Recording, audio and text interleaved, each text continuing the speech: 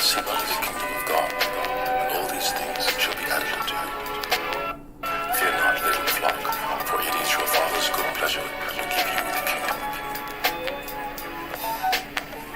All right, okay, I understand. The word kingdom means what? Domicile of the kings. Domicile of the kings. That's what kingdom means. Okay? So that means domicile, that's the place. A place where kings dwell. Only men can be kings. Kingdom, domicile of the kings. That proves that only men can be in this truth.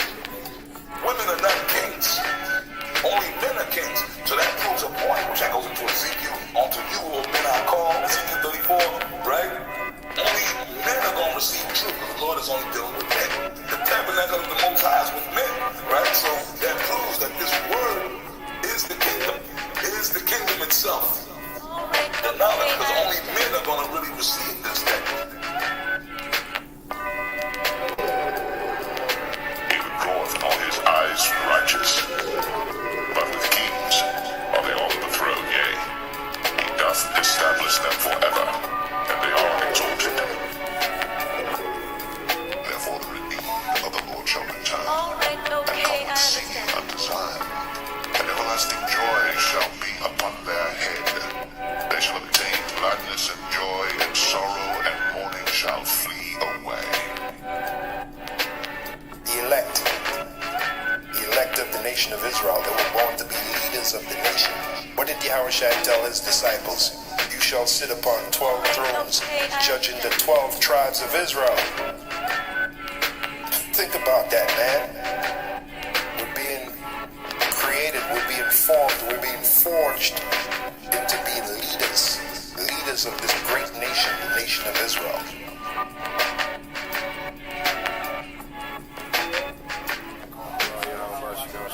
Okay, I understand. Rawchaa, Rawchaa, Yahawah, Rawchaa.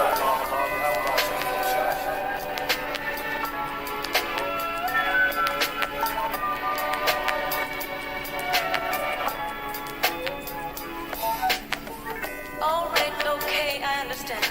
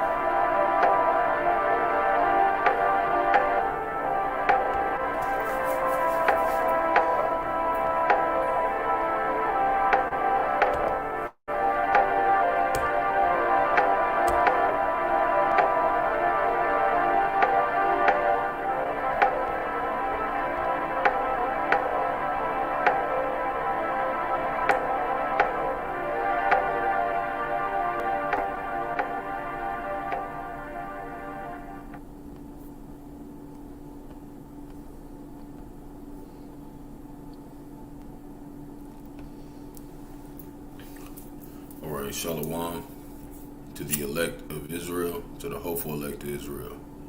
You Hebrew Israelites, you so-called Negroes, Latinos, Native Americans, West Indians, and Haitians, and the foreign Israelites that look like the other nations. scattered across the four corners of the earth. I want to give all praises to Barak Yahawah, Barak Yahawashi, Barak Yahawah, Barak Yahawashi. Got to give all praises to Yahawah, Bahasham, Yahawashi, Bahasham, Rawchaa, Qadash. Yahawah is the name of the Heavenly Father, who everybody ignorantly calls God. Bahasham means in the name of, in the Paleo Hebrew, ancient Hebrew. And Yahawashi is the Holy One of Israel, who everybody calls Jesus Christ, who's actually from the tribe of Judah, a so-called Negro that was slain at the foundations of the earth for the salvation of Israel. So today, the Lord wanted to put the Spirit on me to deal with something that I'm going to deal with on both of my channels, and it's dealing with this topic of me and my elder were talking about it, and he said it would be a good lesson that I go over. It's called the death ray, okay, and it was made by Nikola Tesla, right? And Nikola Tesla was a very famous scientist. He was around maybe until around 1933, a little bit later than that, and he went back to the Lord. Now, he was a heathen, he wasn't an Israelite, but this is to show Esau's most powerful weapons. This is just to kind of show that he hides them in plain sight on certain things that you wouldn't expect him to be on, like video games, stuff like that. But that's why I want to kind of bring it across both my pages, because my other page is like a children's channel, but it's not. It's really like to show like through things that children use, to show like, hey, like they're showing you this stuff even in our children's stuff that's for children. Okay, so this game that I'm talking about that introduces this so-called death ray isn't a game that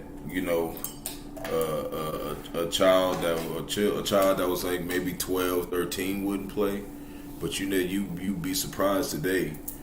Children do a lot more things earlier than they did in America, Babylon the Great, than they used to. So it could be some children that do know this and have played this at a younger age. But it's really an older game for like teenagers,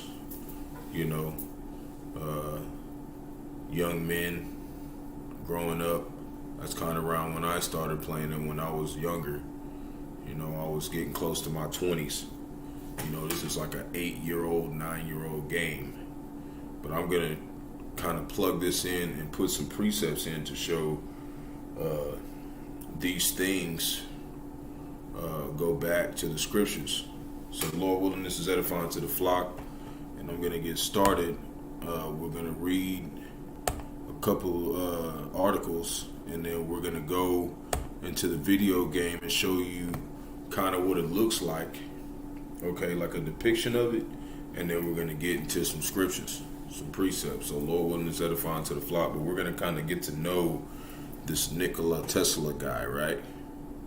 Okay, so this is the Science History Institute Museum and Library. Okay, so he basically was, it says from the height of his celebrity.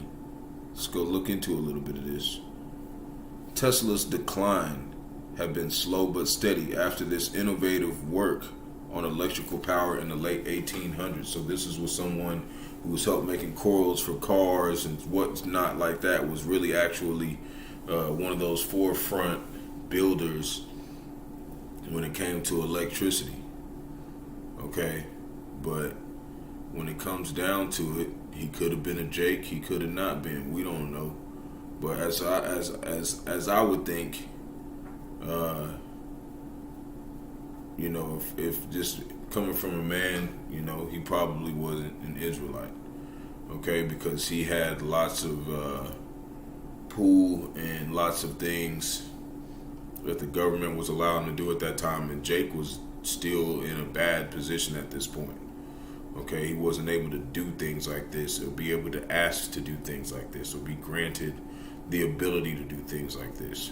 Okay, so Tesla's decline had been slow but steady. After this innovative work on electrical power in the late 1800s, specifically on alternating current, the young Caribbean immigrant, so he said he's Caribbean, so we know that he's one of the nations. He's not Israel, though, from what we know. Who knows? Had branched out into radio and wireless power transmission in the early 1900s. Newspapers worldwide reported on his very undertaking. Even the most eccentric, such as a 20-story tower in Colorado that built up huge electric charges and shot lightning bolts 135 feet long. The thunder generated was audible 15 miles away. So it says, so later when Tesla started talking about an even wilder projects, including a powerful new weapon, right? And who makes the weapons? We know in the scriptures, Esau, even the so-called white man, was blessed with a sword. Okay, and he made the weapons. Okay, and we're gonna go break that down in a little bit, but we're gonna show you, you know, why this is probably not a Jake. Okay, and why, and just to show one of Esau's very dangerous weapons, and this is why we tell people like the Hebrew Defense Unit guys who keep saying that they're gonna use force to take over the land and whatnot. They don't understand how powerful the Lord has made Esau with these weapons. Okay, he's made him so powerful that the only way that he can be stopped is Yahawashi. Okay, they cannot be stopped. Okay, so we're not going to use weapons to take these people down. It's going to be the Lord. So a powerful new weapon he was working on. Folks paid attention. Tesla's new device, like bolts of thunder in the New York Times in 1915. So this is more than 100 years ago. Okay, that they were already doing this. In fact, this new device will come to dominate the last decade of Tesla's life. Instead of lightning, Tesla said his new weapon would harness a beam of metal ions hurtling along at 270,000 miles per hour. As for how this beam was possible, Tesla was always coy, citing new laws of physics that no one has ever dreamed about. He nevertheless bragged about his work to any reporter who would listen. The all-penetrating beam would pack 100 billion watts into just 100 millionth of a square centimeter. Tesla ceased his Teleforce weapon for decades, saying it could shoot down airplanes from 250 miles away. The press landed on a different name for the invention, the Death Ray. Despite claims to the contrary, Tesla never provided much proof that the Death Ray worked, but no one could quite dismiss the idea. After all, this was Tesla. So hype about the weapon really took off up in the run of World War II as Nazi Germany assembled a fearsome air force. The ability to shoot down airplanes 250 miles away seemed like a godsend, but the people in Tesla's old land, called Yugoslavia, begged him to return home and install the rays to protect them from the Nazi menace. Okay, so when you really get into it, I want to show a little video of somebody kind of expressing that he did have it done and he was going to show the world, okay, but he passed just before he could. Okay, like he got in a car accident and he passed. Okay, but this is the U.S. Defense Intelligence Agency construct illustration of a Soviet anti-satellite laser in 1986. Okay, so they were taking this after he passed and were still working on this weapon. Okay, Because that's showing that if they had a concept of it, that means that what? They were trying to improve it. Okay? So we're going to go over here and we're going to show you in this game. Okay? It was 8 years ago. It's called Gears of War. Okay? And in this game, they have this thing called the Hammer of Don. Okay? And it's literally this weapon that they're talking about. So we're going to just show a little bit what it could do. And what Esau Edom might have, man. Okay, we're not sure because he hasn't used it, but who knows? And this is to show a little bit how it could work. See that? You see them beams coming out of the sky? See that? It could happen like that. Okay? Okay, because when you look at it, that's what the basically what the chariots, the so-called UFOs, can do. They can shoot those laser beams. So we know that they're trying to basically be strong like the chariots. They're trying to get weapons powerful enough to go against the Lord. So this could be something that they really are trying to make, or they already have. So this is kind of how it could work when you watch this little clip. Okay.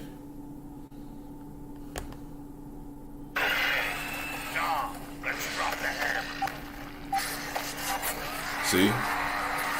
That's how it could work. You got a little gun and it big points it, you click it wherever and it locks in, and then a satellite in the sky shoots out and laser beams whatever it wants it to do. That's something that could be possibly done by Esau Edom and these weapons. Okay, because Esau he's mastered the sword at this point. Okay, and this is to kind of show that this could really happen.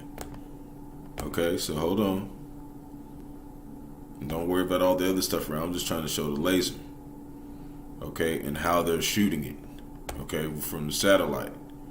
And they got satellites in space. They got a space force. See how it hit it? See? And they're up there in the satellites and they're shooting it. Okay, you see how they're shooting it? See? And they got them sitting everywhere and they're hitting wherever they trying to hit. See, they're you know, that's something that could possibly happen. Esau Edom could might maybe do something like that, you know, because they've mastered the weapon. So this is why we tell Israel, don't use weapons. Okay, these devils have weapons that we could even dream of. Okay, and that's why the Lord has to come back and take them out. Okay, because if they're making it in video games and stuff, it means what? They've tried it. They've tried to have something like it. Okay, and they might have something like it, and they're just keeping it before they come down with Israel with great wrath. Okay, like it says in Revelation chapter 12, verse 12. So what I want to get at before I start putting in these precepts is this small video. It's only about 5 minutes. And this guy right here, this Edomite, is going to explain a little bit on this Nikola Tesla guy and what happened to him just before he was going to show this death ray to the public. Okay? Imagine a beam of energy that could bring down planes from a mile away using nothing but electricity. How about an invisible wall that could protect a country from invasion? That the moment the enemy soldiers cross the barrier, they're vaporized instantly. Sounds like something most militaries would love to get their hands on, doesn't it? It sounds like something straight out of a movie or a video game. But the concept of a death ray isn't just the stuff of science fiction. It may have actually been invented. Join us today as we examine the mystery of the Tesla death ray here on Mystery Archives.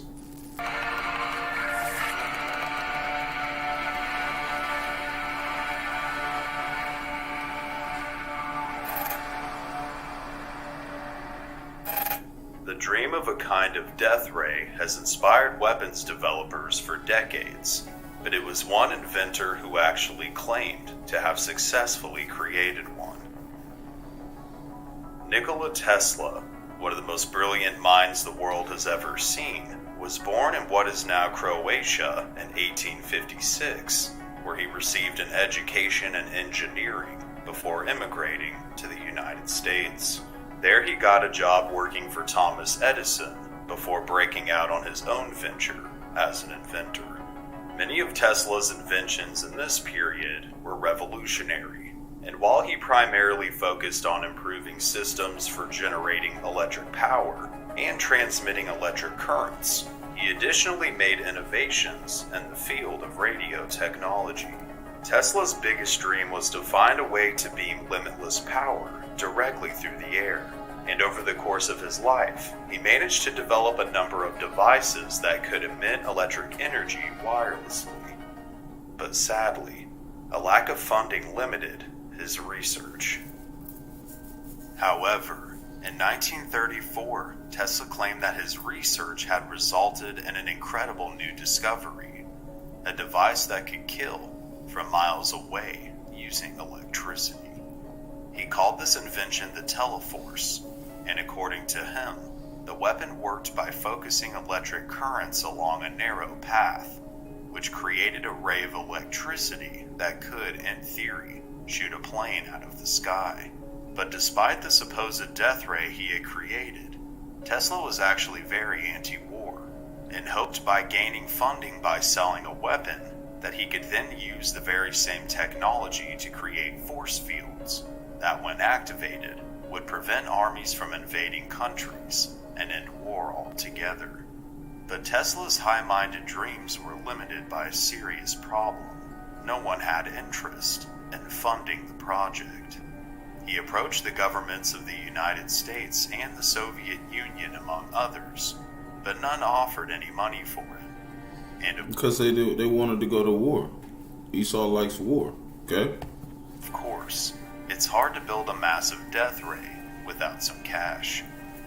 But one night in 1937, at a meeting at the Yugoslavian embassy, Tesla told the room that not only was his invention possible, but that he had already built one, and in fact, he would be unveiling it to the world in a matter of months. Unfortunately, later that same year, the inventor was struck by a car while crossing the street in New York City and never truly recovered. He passed away shortly after, nearly penniless, in the New Yorker hotel where he had been living in 1943. Tragically, or rather fortunately, depending on how you look at the situation, it seems like if the inventor had had such a weapon, that it never saw the light of day. Or so it would seem. Upon the news of the inventor's death, the U.S. military showed up at the hotel and quickly searched the room for any inventions that they didn't want anyone else to get their hands on, but suspiciously reported that they had found nothing, as if we'd ever know about it if they did. Okay, so we don't have to go too much more in that video, but supposedly he passed, he died in there, right? And this is what happened to him. This is who they gave his belongings to, okay? This guy, Mr. Kosnovic, okay, in 1956. He was a politician, a publicist, and a diplomat, son of Marcia Kosanovic, Tesla's sister. He was awarded with custody of Tesla's property by American court, which he subsequently shipped to Belgrade, okay, back to probably his hometown, okay, but that he wasn't the first person to get a hold of whatever he had, okay? And we see Esau Edom, the government came in there and got whatever he was going to have. Okay, so they could have took his information and did what? Actually made this weapon, man. Actually made this and just haven't used it yet. Okay? So this shows them they got a concept of it in 1986. That's 40 years after he passed. So this is just show that we can't beat Esau Edom with weapons, man. He's got some weapons that we've never even heard of. Okay? But this is something that they're showing in different video games and stuff like that, man. Okay? And they're just not talking about it. But if they can come up with that concept on a game, then more than likely they can come up with it in real life. But who knows? That's not really what I'm trying to get at. The point is that Esau, Edom, makes weapons like this. Very dangerous weapons. Okay? I know they have one thing. It generates like a ray of heat, and if they like put it in a direction, like if you're in a crowd or something, and they point it in the crowd and they click the button on it, it like sends these waves through the air, and it makes you feel like your skin is burning, like it's on fire. Okay, so they've got stuff that they're not telling people. Okay, so we want to make sure that we trust in Yahawashi and not weapons or the military. Okay, so I want to get into some precepts to show that Esau Edom was blessed with this ability to make these weapons. But first, what I talked about my elder, what kind of, put the spirit on me to do this lesson, that he said it would be a good lesson to do. Said it would be something nobody doesn't really touch on. So when you go over here, hold on.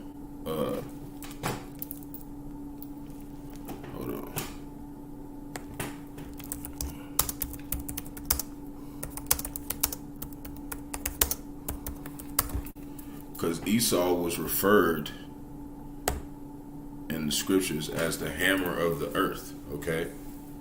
So this is Jeremiah chapter 50 verse 23. How is the hammer of the whole earth asunder and broken? How has Babylon become a desolation among the nations? And that's talking about America, Babylon the Great. Okay, so when it talks about the hammer of the whole earth, and they had this so-called death ray, okay, that he just somewhere passed, and they didn't want to help fund it, and then as soon as he passed, they took his whatever they had, and they had their own concepts. See, they had their own inventions. U.S. Defense Intelligence Agency concept illustration of the Soviet anti-satellite laser. So this was things that they were thinking about making, man. Okay, and they might have one. So now, like I was saying, it's in the video game. It's called the Hammer of Dawn. Okay, now in real life they call it the death ray, but it's just kind of interesting that he is noted as the hammer of the earth, and then he makes this video game 8 years ago, and he calls this so-called weapon that shoots laser beams out of the sky of electricity the Hammer of Dawn in this video game. So it's just just something I wanted to point out, but really we're just gonna deal with these weapons that he could possibly have that we haven't seen, and Esau Edom is going to use them on 2/3 of our people, man, because they do not want to repent.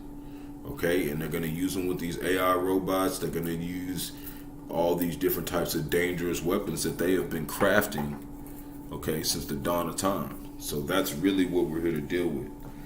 But I want to just bring a little bit of history and how you drive around with your cars and whatnot, and how Esau Edom has gotten so good with electricity, okay, by taking everybody else's inventions and putting other people's mindsets together and making them, but it was all controlled by Yahawashi, the Lord, put it in the mind of Esau Edom to do these things. Okay, so it ultimately comes from the Lord. So we're going to start at Genesis chapter 4, verse 8. Lord willing, this is edifying. I know it's kind of off the wall, but you know, Lord willing, this is edifying to somebody. You know, it was something that I haven't seen nobody really talk about, so I thought I'd use it to edify the flock of different weapons and things that Esau Edom might have, just to show that we don't need to be worried about defeating this demon with his own game. We're not going to win. So Genesis chapter 4 verse 8, and Cain talked with Abel his brother, and it came to pass when they were in the field that Cain rose up against Abel his brother and slew him. See? So what did he do? Cain used the first weapon, which is what? A rock. And really, we don't know if it was a rock, because it just says that he slew him. See? He just rose up against him and slew him. We don't know what he slew him with, but he slew him with something. It could have just been his own bare hands. But all we know is Cain was the first person to murder someone, okay, with a weapon. Could have been his hands, could have been a rock. They try to say, and they try to say that he used a rock or something, but it doesn't say anything about he got struck with a rock. So that's another thing to show that, you know, that these churches are going off. They're trying to say that Cain hit him with a rock. Ain't nowhere it says he got hit with a rock. It just says he rose up against Abel his brother and slew him. That's it. He didn't explain exactly what it was. But when you go further, it's going to show you who made the weapons, who started really making like swords and stuff. It was one of his sons. Okay. So verse 9, and the Lord said unto Cain, where is Abel thy brother? And he said, I know not. Am I thy brother's keeper? Right? He was saying, I don't know where he is. Why am I supposed to watch over him? And he said, this Yahawah the Heavenly Father speaking, what hast thou done? The voice of thy brother's blood crieth unto me unto the ground. Okay, and actually it was the Lord. So it's Yahawah, Bahasham, Yahawashi. Anytime it says Lord in the Bible, it's talking about Yahawah in the name of Yahawashi. When it says God, that's talking about Yahawah. So that's how we know that the Most High, Yahawashi, was there. Just like it says in John 1:1. Okay, so he was there talking to Cain. Okay, but he was talking to him through the Spirit, basically. You know. Verse 10, and he said, what hast thou done? The voice of thy brother's blood crieth unto me from the ground. Okay, and what does that mean? It means that what? Abel's soul was up in the heavens, basically telling on Cain, like, he slew me, man. Okay, and why did Cain do that? Because Cain gave a false offering to the Lord. He gave him fruit. Okay, and we know the Lord, he likes an animal sacrifice. He wanted to sacrifice the best of the sheep. Okay, and Cain didn't do that, so the Lord wasn't pleased with Cain.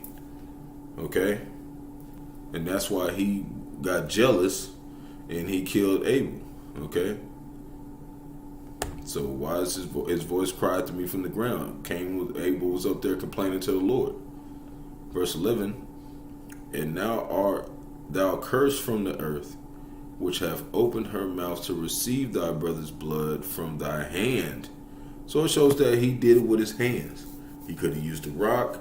He could just, use his hands. But either way, we know it came forth from Cain. He was the first one to kill someone. Okay. Verse 12, when thou tillest the ground, it shall not henceforth yield unto thee her strength. A fugitive and a vagabond thou shalt be in the earth. Okay, so we know that Cain is a thief and a vagabond. Okay, we know that he is a thief and a vagabond, and he steals stuff. Okay, he steals stuff. He's a fugitive. Why? Because he killed somebody. When you got somebody out here, you fight somebody, what happens? You get in trouble. The cops will come arrest you and throw you in jail. Okay, so that's where you get this stuff from. Okay, it says thou shalt not kill, right? Well, he did that. Okay. So Job chapter 9 verse 24. And of course there's times in the Bible where, you know, he ordered the men of the Lord to take over lands and they killed people, but that's different. That was ordered from the Lord. Okay, if the Lord tells you not to do something, then it means that he didn't allow that to happen. Okay? And it says also that he that killed with the sword must be killed with the sword. So that was the way of him saying, well, they killed y'all, so now you can go back and kill them. Okay, take your land. Okay, so it's all just about, you know, what the Lord's will is at the time. Okay, which is why there's great destruction coming on the earth. So now when you go to Job chapter 9 verse 24, it says the earth is given into the hand of the wicked. He covered the faces of the judges thereof, right? And what does that mean? He covered up judgment. He took all the actual judges and changed their faces. Okay, he changed the faces of them and made them different. Okay, made them look like him. Okay, they used to look like so-called, you know, Negroes, Latinos, Native Americans, West Indian Haitians, but it started with the Haitians, the Levites. Okay, and Judah, the so-called Negroes. Those are some of the first judges, and they changed them and make them look like so-called white people. Okay, but what did it say? It said that Cain was a thief and a vagabond. So who also is a thief and a vagabond? Esau. Okay, because they also did the same thing that Cain did. They're the descendants of Cain, and we're going to prove that. Okay, but first, after we see that the earth is given to the hand of the wicked, right? Who has all the money? Who has all the dollars with their face on them? Esau, Edom, the so-called white man. That's how that way of seeing that they are the wicked. Okay, so now we're going to go to Genesis. We're going to go over here to the blue letter.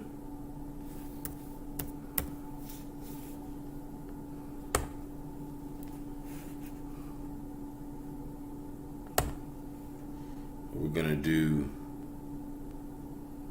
Genesis chapter 4 verse 22.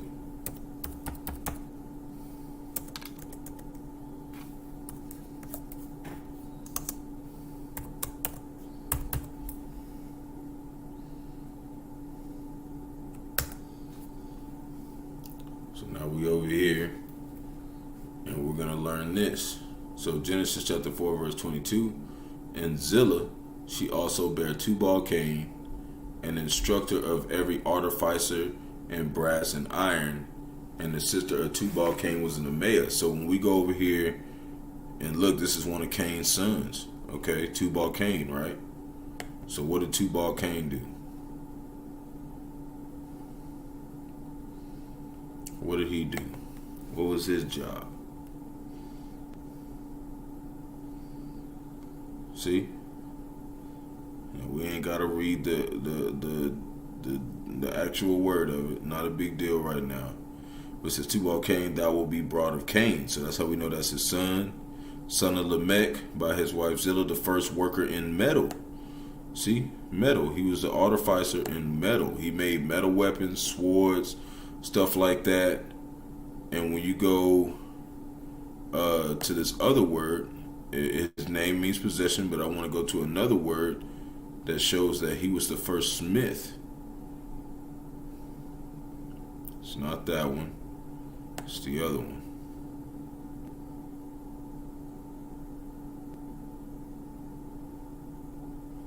Bear with me. See, it says same as H7013. And it says spear. Okay. That's not the one I'm looking for, but spear's a good one. But I want to go to the one that says smith, because you know how you have like a blacksmith. Okay, he was like the first blacksmith. Okay, let's try this one. No.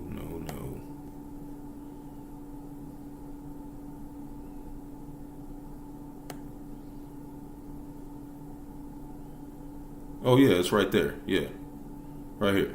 Smiths. See? He was a smith. And that's what they did. They were blacksmiths. He was a blacksmith. So we know who made the first weapons. Who's that? The descendants of Cain. Okay? So now we need to point this out. Okay, we're going to go to Exodus. Because you remember in the flood, Cain, all of them were destroyed in the flood, okay, because they were wicked. The Lord destroyed them in this flood and saved Noah and the 8 people that were with him. There was 8 people with Noah. It was him and then his 3 sons, him and his wife, and then his 3 sons and their 3 wives. And their wives, okay? So it was 8 people who were saved from the flood. So everybody else passed. So Exodus chapter 17 verse 16, everybody else died, right? Well, the Lord was saying this. He said, Exodus chapter 7 verse 16, he said, for he said, because the Lord hath sworn that the Lord will have war with Amalek from generation to generation, right? So we're going to deal with this name Amalek, because he said that we're going to have battle. We're going to battle these people, okay? The Israelites are going to battle these people, okay? So who is Amalek?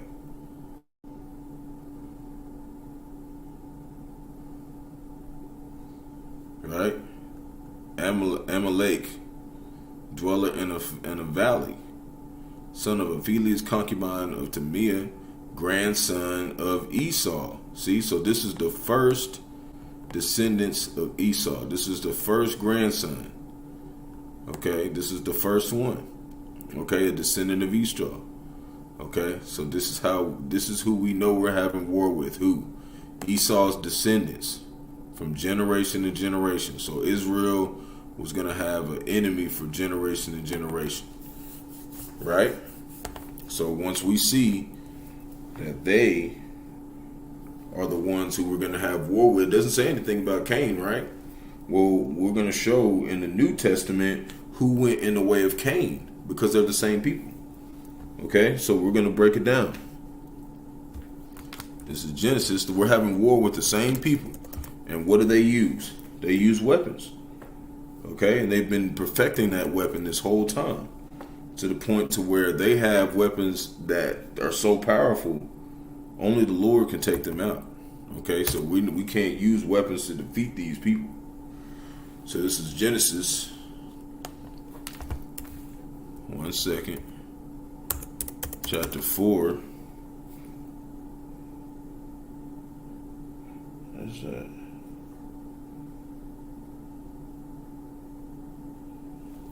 This is Genesis chapter 25, 20, yeah. What is that?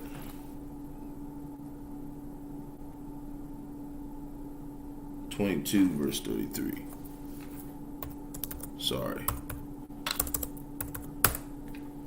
Hold on. Chapter 24.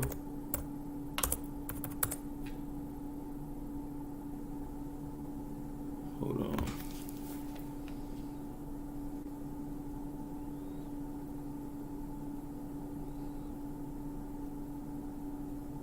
Actually, sorry. This is Genesis chapter 27. So I want to make a point before I get to this other point. Okay, so when we're going to get over here, we're going to show that, Esau, Jacob supplanted Esau. Okay, he took his blessing. Okay, we're going to show that, and we're going to show that he was blessed with the sword. So, but when you read back, you learn that Rebecca, his mother, was the one who told Jacob to do it. Okay, so we're going to start right here. And Isaac his father said unto him, Genesis chapter 37 verse 22. And Isaac his father said unto him, Who art thou? And he said, I am thy son, my firstborn Esau. And this is actually Jacob talking right now, but his mother told him to do it. Okay, and he was like, Jacob was like, no, that'll make my father mad. She said, boy, do what I said. So he went and did it. Right? And we're going to show you what Jacob's name means in a second and why he did it. Okay, and it's going to also explain why Isaac basically said that's his name. That's why the Lord put the Spirit on Isaac to give him that name. So verse 33, and Isaac trembled very exceedingly and said, who? Where is he that have taken venison? Actually, that wasn't Jacob talking. That was actually Esau. This is after Jacob went and got the blessing. Okay? This is the second time that he supplanted Esau. Okay? That's where we at. And Isaac trembled very exceedingly and said, who? Where is he that hath taken venison and brought it to me? And I have eaten all before thou camest, and I have blessed him, yea, and he shall be blessed. Okay?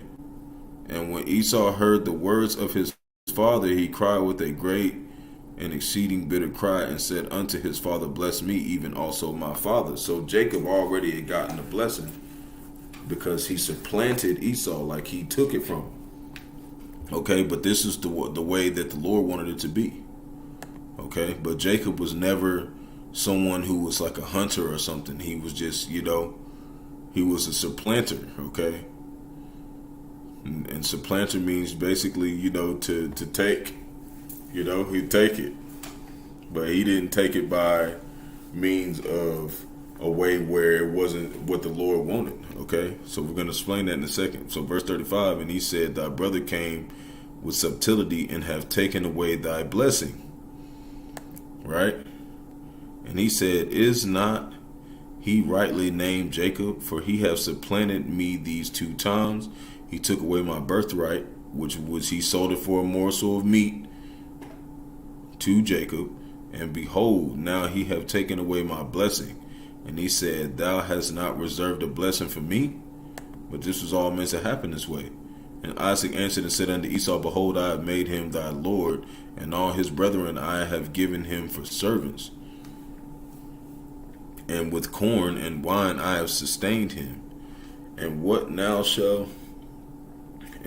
shall I do now unto thee, my son? And Esau said unto his father, hast thou not one blessing, but hast thou but one blessing, my father? Bless me, even me also, my father. And Esau lifted up his voice and wept. Right? And Isaac his father answered and said unto him, behold, thy dwelling shall be the fatness of the earth, and the dew of heaven from above. So you remember in Job 9:24 it said the earth was given to the hand of the wicked. So who was given the fatness of the earth? Who was given everything on earth? Okay? Esau, Edom. That's how we know that's the wicked. Right? And and by thy sword thou shalt live, and thou shalt serve thy brother. And it shall come to pass, when thou shalt have the dominion, which is right now, and thou shalt break the yoke from off thy neck. Okay, but we're going to what? Supplant Esau, Edom in the end. Okay, we're going to win. Okay, Jacob, which his name is Israel. Okay, but we're going to show right here the name Jacob. Okay, so we're going to go back to Genesis chapter 25, chapter 27. I think it's verse like 35. We're going to go look up that name Jacob. Okay, see?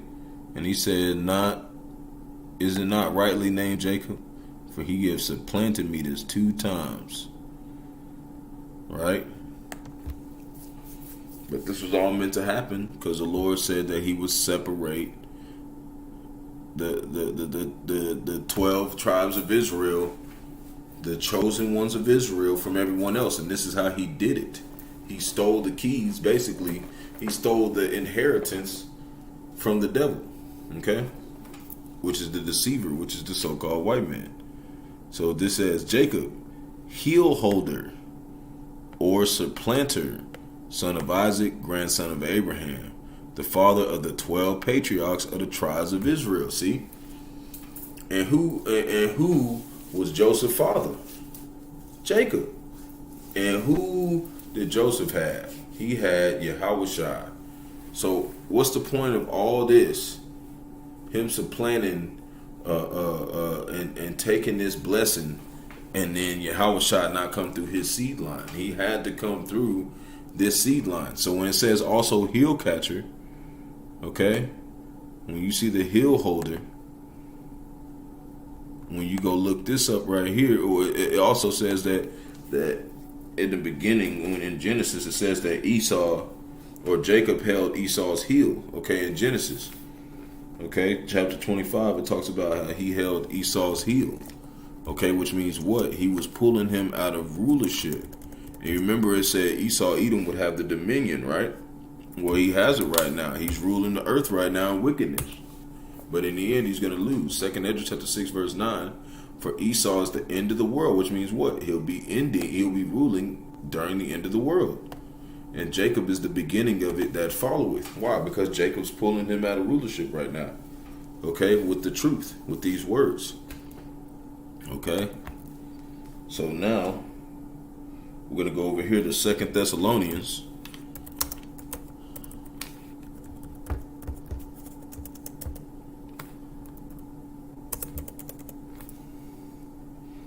Chapter 2, verse 3.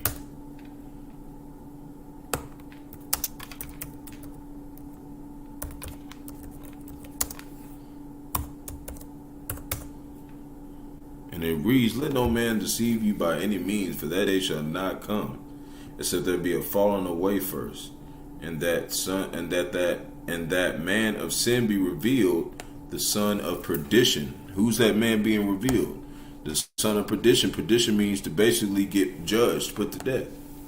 Okay, who's getting put to death for what? What are they getting put to death for? Because they're thieves and vagabonds in the earth. Esau, Edom, the so-called white man. Okay, they're being revealed right now that they're what? They're the wicked that's ruling the earth right now, and they're getting judged for what they did. Okay. Okay, what did they do? They did the same thing that Cain did, okay? Because when you read down here, right? He said, and by thy sword thou shalt live and serve thy brother, and it shall come to pass when thou shalt have dominion. And it says, verse 41, and Esau hated Jacob because of the blessing wherewith his father blessed him. And Esau said in his heart, which is his mind, the days of mourning for my father are at hand. Then will I slay my brother Jacob. Who else slayed thy brother? Cain. Okay, but when you read earlier about Esau and Jacob in the 25th chapter, it talks about Esau and Jacob. They both represent nations. Okay? I'll pull it up real quick.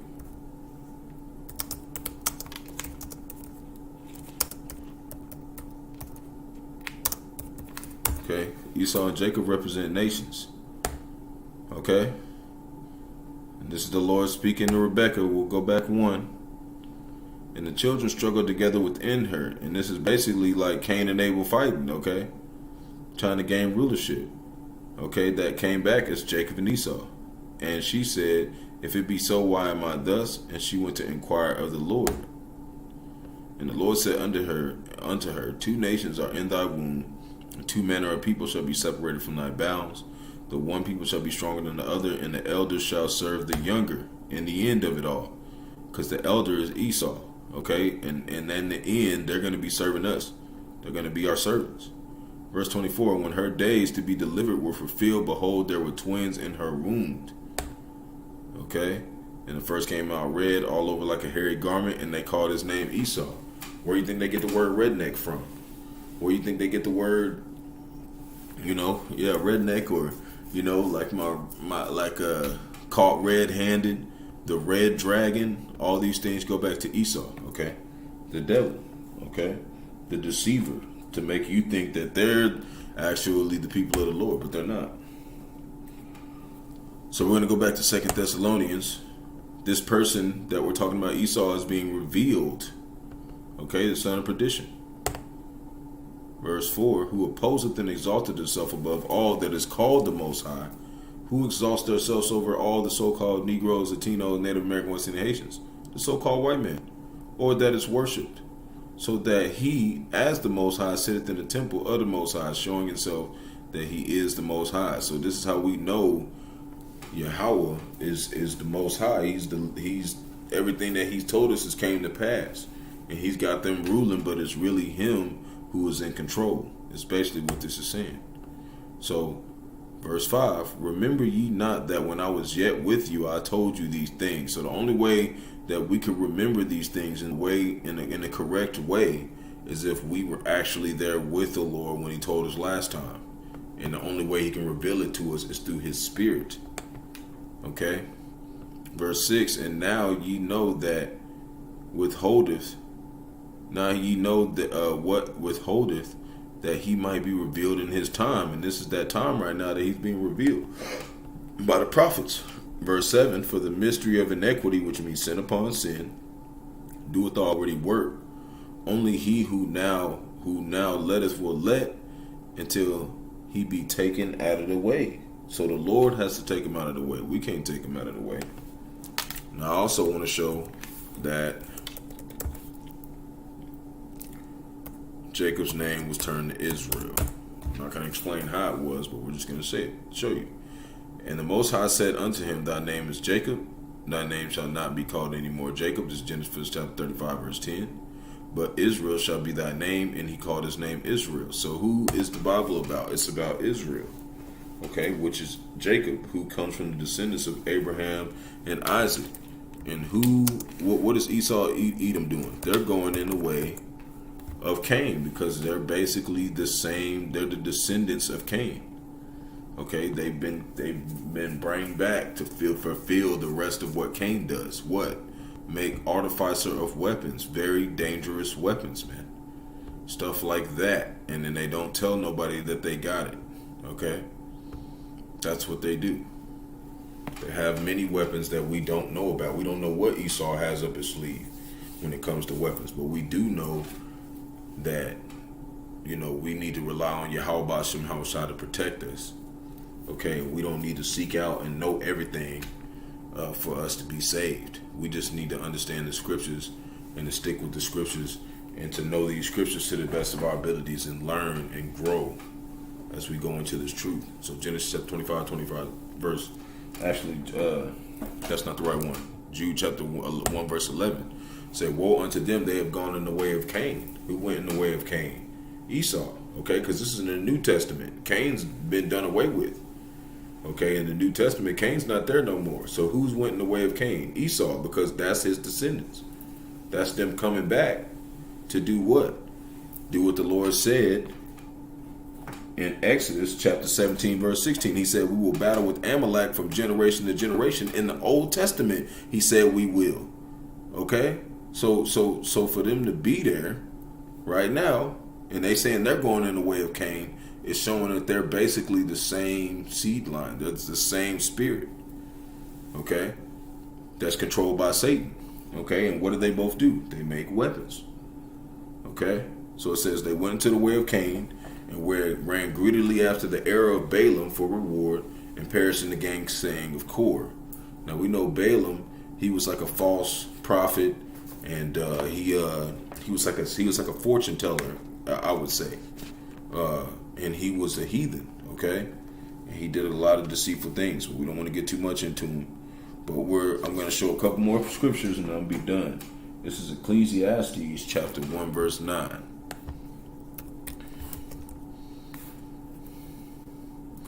And I mainly want to do this because,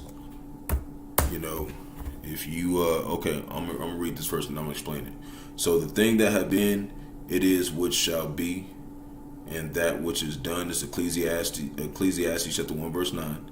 And that which is done is that which shall be done. There is no new thing under the sun. So we know that anything that we hear of, it might seem like it's new, but it's not new. Okay? So they've been talking about this since, Nikola Tesla was, he was 76 in 1933. He started making this thing before that, okay? And he was going to show it to the world. And then he went back with the Lord. He died around 50 something. And they over here making a whole nother concept of one that doesn't even look like nothing he made. it just shows that they got something, okay? So it's not nothing new. So if you see a one of these, okay, I'm just trying to show, like, if you see one of these coming out of the sky, okay, don't be dismayed, which means don't be like awed or something. Like, this is something that the Lord could have made Esau Edom do. Okay, I just want to play it back and just show it one more time. See that? He could do that, man. Esau Edom can have something like that, and especially when they know that these chariots are coming. They know that the so-called UFOs, they're going to try to get the biggest, most dangerous weapons they can find to take out these things, okay? They're not going to use them on us, if anything. They're going to use them against them because they know that they could just take us over with regular guns and regular military weapons. We don't even have a military as Israel. So this is just to show, like, we can't defeat these Edomites with weapons, okay? They've got stuff that we could hardly even dream of thinking of having. Because why? Because the Lord blessed them with the sword. They know what it is. So now we're going to go to Revelation chapter 13, verse 14. We're going to go there, and then we're going to pull up one more scripture, and it's done.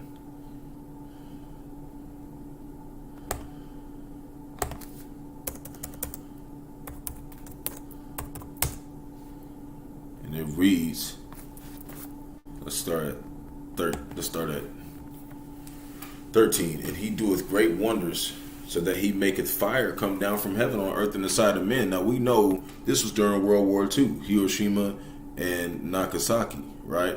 Those two Japanese countries that America, Babylon the Great, they nuked them with those nukes, Fat Man and Little Boy, and then the war was over because they surrendered, the Japanese, right? Well, who's to say that this don't happen this time? Because it said nothing's new under the sun. What happened once shall happen again. This is something that they can use. This is something that they can use. And we don't know. It doesn't say. But we don't know. They might have stuff like this. Okay? That beams lasers out of the sky. So we want to make sure that we're fighting with the word and not fighting with weapons, because we will lose. Okay? We will not win. So now it says, like, it's earth in the sight of men, right? Now we don't know if that's gonna happen again, but it's just something to keep in mind. Like, he could have weapons like that. We gotta have spiritual powers to be able to withstand this wrath coming from the devil. Okay, which is, trusting in the men of GMS. And, believing that the Lord is going to protect us. He's going to send Michael the Archangel down to protect us, okay? And spiritual powers to those men, those 144,000 elect men.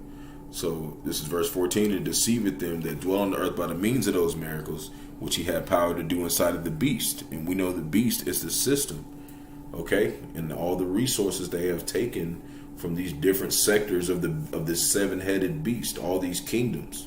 They've taken all these resources and they're able to do certain things that we would see, that 2/3 of our people in these other nations would see as miracles. But we know that they're not miracles. They're this is witchcraft what they're doing. Okay, it's but the one thing that does make it a miracle is that we know the Lord's doing it and that the Lord's going to stop it. That's the only way we could probably see it as a miracle. Okay, it's a miracle that this story is happening the way he said it would happen, and we're gonna get out of here, Lord willing. So that's what I would say is, this is great that it's happening, okay, because it's what he said was gonna happen. Saying to them that dwell on the earth that they should make an image to the beast, which had the wound by the sword and did live. And the sword, when it talks about wound by the sword, that was the last Roman Empire that was taken down. It was 4,000 years and it was taken down, and then it came back. It's the revived Roman Empire, which is today America, Babylon the Great. So we got one more to show you that right now they're increasing in weapons, but we're increasing in the spirit. So everything's increasing right now, but their increasing is going to stop. Okay? So, hold on. That's not the verse that I want. It's hold on.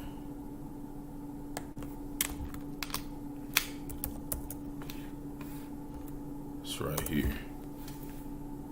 Daniel 12:4. Okay. So it says, Daniel 12 verse 4, but thou, O Daniel, shut up the words and seal the book. Even to the time of the end, many shall run to and fro, and knowledge shall be increased. So right now, the hopeful elects be increased by wisdom of what? Being able to see the revealing of these devils and what they're doing, but also being revealed on what we need to do to obtain salvation. Right? Then Daniel looked, and behold, there stood another two, one on the side of the bank of the river, and on the other side of the bank of the river. And one said to the man clothed in linen, which was upon the waters of the river, how long shall it be to the end of these wonders? See, even the disciples were asking, when is all this stuff going to be over? And I heard the man clothed with linen, which was upon the waters of the river, and he held up his right hand to his left and unto heaven, and swore by him that liveth forever, that it shall be for a times and an half, and when he shall accomplish to scatter the power of the holy people, all things shall be finished. So there's a time period of all these things that got to play out first, okay, which we're seeing the end of it. We're here to witness the end of it. Okay, so verse 8, and I heard, but I understood not. See, Daniel didn't even understand it. Then said I, O Lord, what shall be the end of these things? And he said, go thy way, Daniel, for the words are closed up and sealed till the time of the end, which is right now. And who is unlocking them seals? It's the spirit of Yahawashi. Okay, the spirit of Yahawah, Bahasham, Yahawashi, which is the Rawchaa, Qadash, which is the Holy Spirit, is revealing this to his men, and the men are revealing it to the honorable multitude. Okay, now we don't know if we're of the 144,000 elect men. We just know that we're servants, and we hope to be a part of that number of men. But he revealed it to certain men to be called to be servants and to reveal this, which we know started with the elders and apostles of Great Millstone. So, Lord willing, this is edifying to the flock. I want to give all praises to Yahawah, Bahasham, Yahawashi, Bahasham, Rawchaa, Qadash. I want to give double honors to the elders and apostles of Great Millstone, led me to this truth, and been ordained by the Lord to teach the flock how to live, repent, pray, fast, and show forth the Lord's righteousness, and mercy, judgment from wrath, and mercy, judgment, forgiveness, and wrath to all those who are part of the elect, whoever they may be, and to the hopeful elect. So, Lord willing, we part of that number. Lord willing, this be edifying to those who fear in the name of the Lord and are striving to show forth the Lord's righteousness every day to the best of their abilities. And Lord willing, it was edifying to you. Thought I'd just bring it across. It's not something that a lot of people touch on. And I just want to bring, edifying things to the flock. And don't use any weapons, Jake. Okay? We have to use the Spirit, because we're going to lose if we don't. So, the water for tuning in, everybody that's tuning in. I know it's very late, but Lord willing, it'll be something edifying to those who come across this video at any time. So, Shalom.